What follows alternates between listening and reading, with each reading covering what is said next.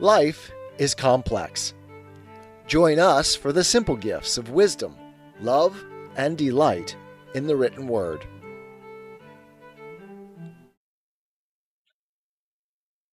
Discourse on the Method of Rightly Conducting the Reason and Seeking Truth in the Sciences by Rene Descartes.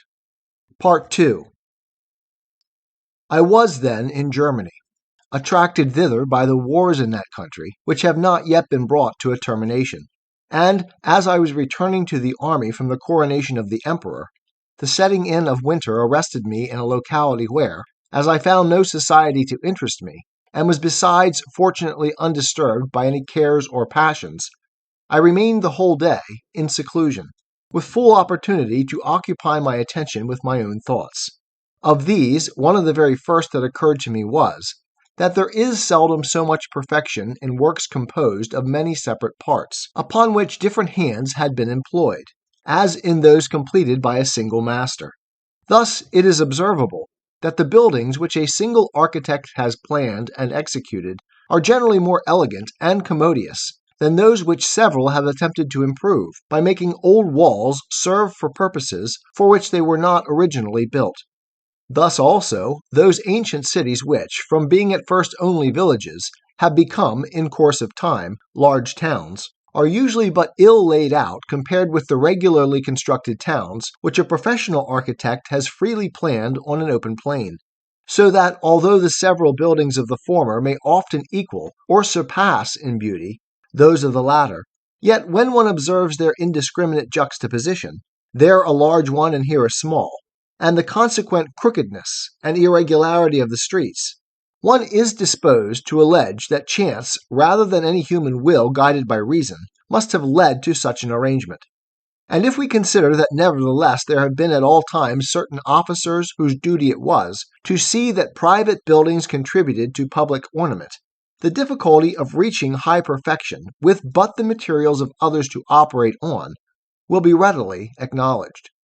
In the same way, I fancy that those nations which, starting from a semi-barbarous state and advancing to civilization by slow degrees, have had their laws successively determined, and, as it were, forced upon them simply by experience of the hurtfulness of particular crimes and disputes, would by this process come to be possessed of less perfect institutions than those which, from the commencement of their association as communities, have followed the appointments of some wise legislator.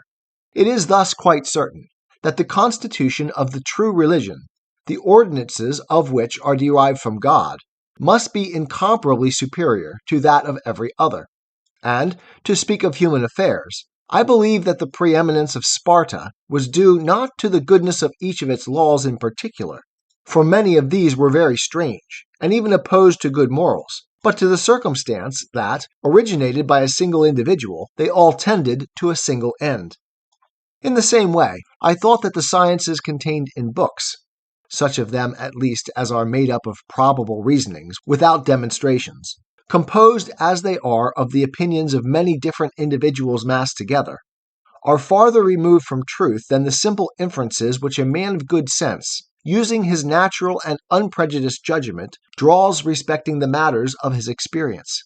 And because we have all to pass through a state of infancy to manhood, and have been of necessity, for a length of time, governed by our desires and preceptors, whose dictates were frequently conflicting, while neither perhaps always counseled us for the best. I farther concluded that it is almost impossible that our judgments can be so correct or solid as they would have been, had our reason been mature from the moment of our birth, and had we always been guided by it alone. It is true, however, that it is not customary to pull down all the houses of a town with the single design of rebuilding them differently, and thereby rendering the streets more handsome. But it often happens that a private individual takes down his own with the view of erecting it anew, and that people are even sometimes constrained to this when their houses are in danger of falling from age, or when the foundations are insecure.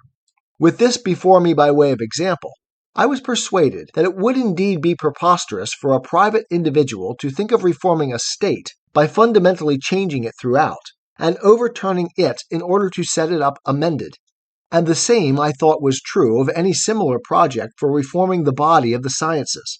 or the order of teaching them established in the schools. But as for the opinions which up to that time I had embraced, I thought that I could not do better than resolve at once to sweep them wholly away, that I might afterwards be in a position to admit either others more correct, or even perhaps the same when they had undergone the scrutiny of reason. I firmly believed that in this way I should much better succeed in the conduct of my life than if I built only upon old foundations and leaned upon principles which, in my youth, I had taken upon trust. For although I recognized various difficulties in this undertaking, these were not, however, without remedy, nor once to be compared with such as attend the slightest reformation in public affairs. Large bodies, if once overthrown, are with great difficulty set up again, or even kept erect when once seriously shaken, and the fall of such is always disastrous. Then, if there are any imperfections in the constitutions of states, and that many such exist, the diversity of constitutions is alone sufficient to assure us. Custom has without doubt materially smoothed their inconveniences, and has even managed to steer altogether clear of, or insensibly corrected a number which sagacity could not have provided against with equal effect. And, in fine, the defects are almost always more tolerable than the change necessary for their removal. In the same manner that highways which wind among mountains, by being much frequented, become gradually so smooth and commodious that it is much better to follow them than to seek a straighter path by climbing over the tops of rocks and descending to the bottoms of precipices. Hence it is that I cannot in any degree approve of those restless and busy meddlers who, called neither by birth nor fortune to take part in the management of public affairs, are yet always projecting reforms. And if I thought that this tract contained aught which might justify the suspicion that I was a victim of such folly, I would by no means permit its publication. I have never contemplated anything higher than the reformation of my own opinions, and basing them on a foundation wholly my own. And although my own satisfaction with my work has led me to present here a draft of it, I do not by any means therefore recommend to everyone else to make a similar attempt. Those whom God has endowed with a larger measure of genius will entertain, perhaps, designs still more exalted. But for the many I am afraid, lest even the present undertaking be more than they can safely venture to imitate. The single design to strip oneself of all past beliefs is one that ought not to be taken by everyone. The majority of men is composed of two classes, for neither of which would this be at all a befitting resolution. In the first place, of those who with more than a due confidence in their own powers are precipitate in their judgments and want the patience requisite for orderly and circumspect thinking. Whence it happens that if men of this class once take the liberty to doubt of their accustomed opinions and quit the beaten highway, they will never be able to thread the byway that would lead them by a shorter course, and will lose themselves and continue to wander for life. In the second place, of those who, possessed of sufficient sense or modesty to determine that there are others who excel them in the power of discriminating between truth and error, and by whom they may be instructed, ought rather to content themselves with the opinions of such than trust for more correct to their own reason. For my own part, I should doubtless have belonged to the latter class, had I received instruction from but one master, or had I never known the diversities of opinion that from time immemorial have prevailed among men of the greatest learning. But I had become aware, even so early as during my college life, that no opinion, however absurd and incredible, can be imagined which has not been maintained by some one of the philosophers. And afterwards, in the course of my travels, I remarked that all those whose opinions are decidedly repugnant to ours are not, in that account, barbarians and savages, but on the contrary, that many of these nations make an equally good, if not better, use of their reason than we do. I took into account also the very different character which a person brought up from infancy in France or Germany exhibits, from that which, with the same mind originally, this individual would have possessed had he lived always among the Chinese or with savages, and the circumstance that in dress itself, the fashion which pleased us 10 years ago, and which may again, perhaps, be received into favor before 10 years have gone, appears to us at this moment extravagant and ridiculous. I was thus led to infer that the grounds of our opinions is far more custom and example than any certain knowledge. And, finally, although such be the ground of our opinions, I remark that a plurality of suffrages is no guarantee of truth, where it is at all of difficult discovery, as in such cases it is much more likely that it will be found by one than by many. I could, however, select from the crowd no one whose opinion seemed worthy of preference, and thus I found myself constrained, as it were, to use my own reason in the conduct of my life.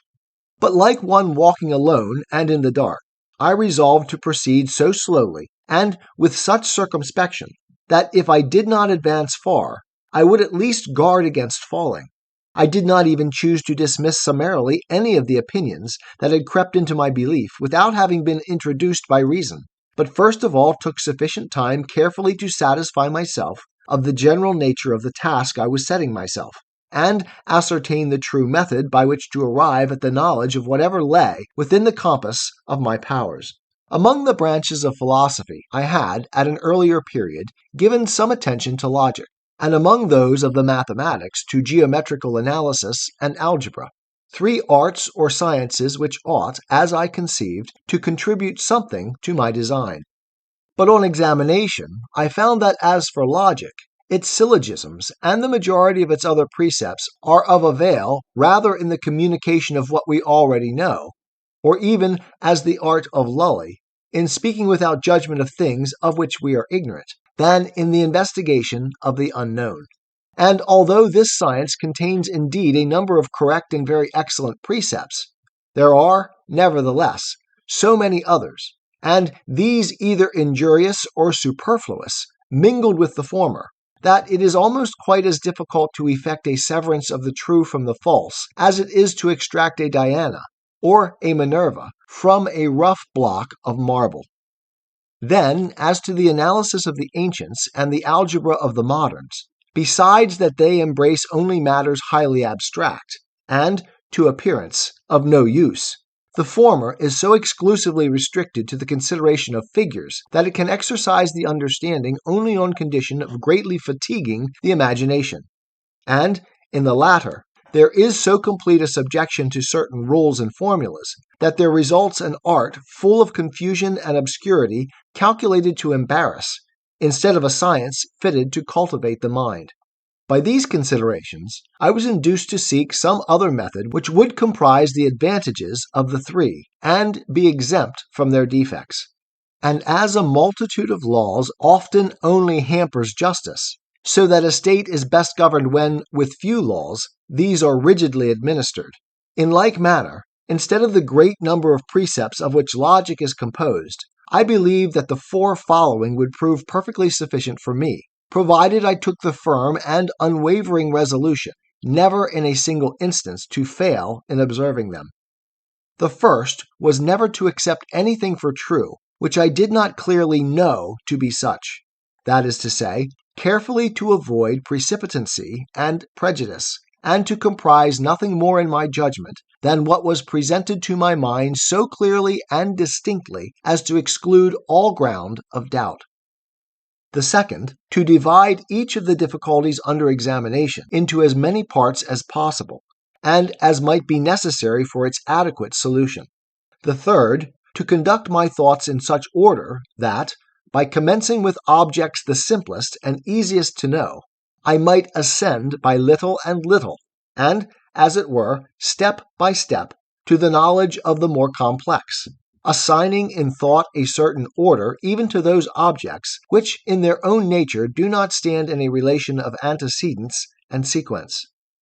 And the last, in every case, to make enumerations so complete and reviews so general that I might be assured that nothing was omitted.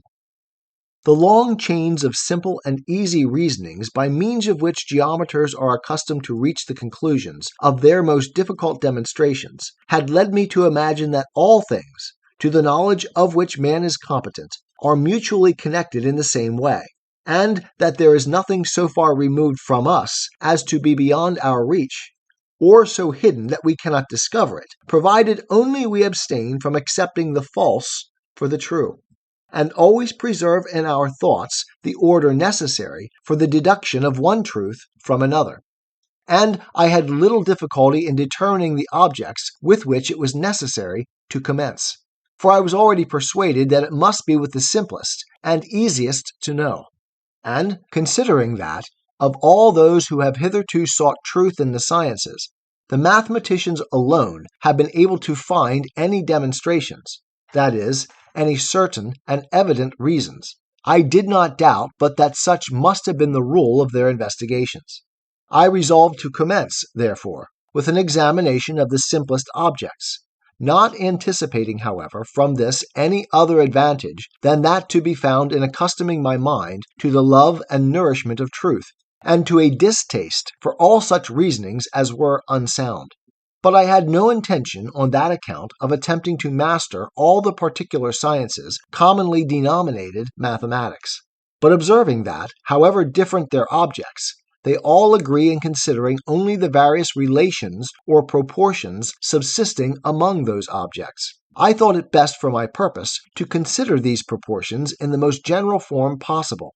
without referring them to any objects in particular,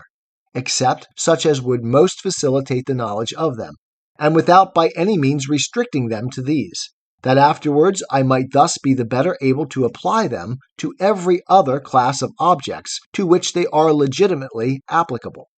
Perceiving further, that in order to understand these relations, I should sometimes have to consider them one by one, and sometimes only to bear them in mind or embrace them in the aggregate, I thought that, in order the better to consider them individually, I should view them as subsisting between straight lines, than which I could find no objects more simple, or capable of being more distinctly represented to my imagination and senses. And, on the other hand, that in order to retain them in the memory or embrace an aggregate of many, I should express them by certain characters the briefest possible. In this way, I believed that I could borrow all that was best from both in geometrical analysis and in algebra, and correct all the defects of the one by the help of the other. And in point of fact, the accurate observance of these few precepts gave me, I take the liberty of saying, such ease in unraveling all the questions embraced in these two sciences, that in the 2 or 3 months I devoted to their examination, not only did I reach solutions of questions I had formerly deemed exceedingly difficult, but even as regards questions of the solution of which I continued ignorant, I was enabled, as it appeared to me, to determine the means whereby, and the extent to which a solution was possible. Results attributable to the circumstance that I commenced with the simplest and most general truths, and that thus each truth discovered was a rule available in the discovery of subsequent ones. Nor in this, perhaps, shall I appear too vain, if it be considered that, as the truth on any particular point is one, whoever apprehends the truth knows all that on that point can be known. The child, for example, who has been instructed in the elements of arithmetic, and has made a particular addition according to rule, may be assured that he has found, with respect to the sum of the numbers before him, and that, in this instance, is within the reach of human genius.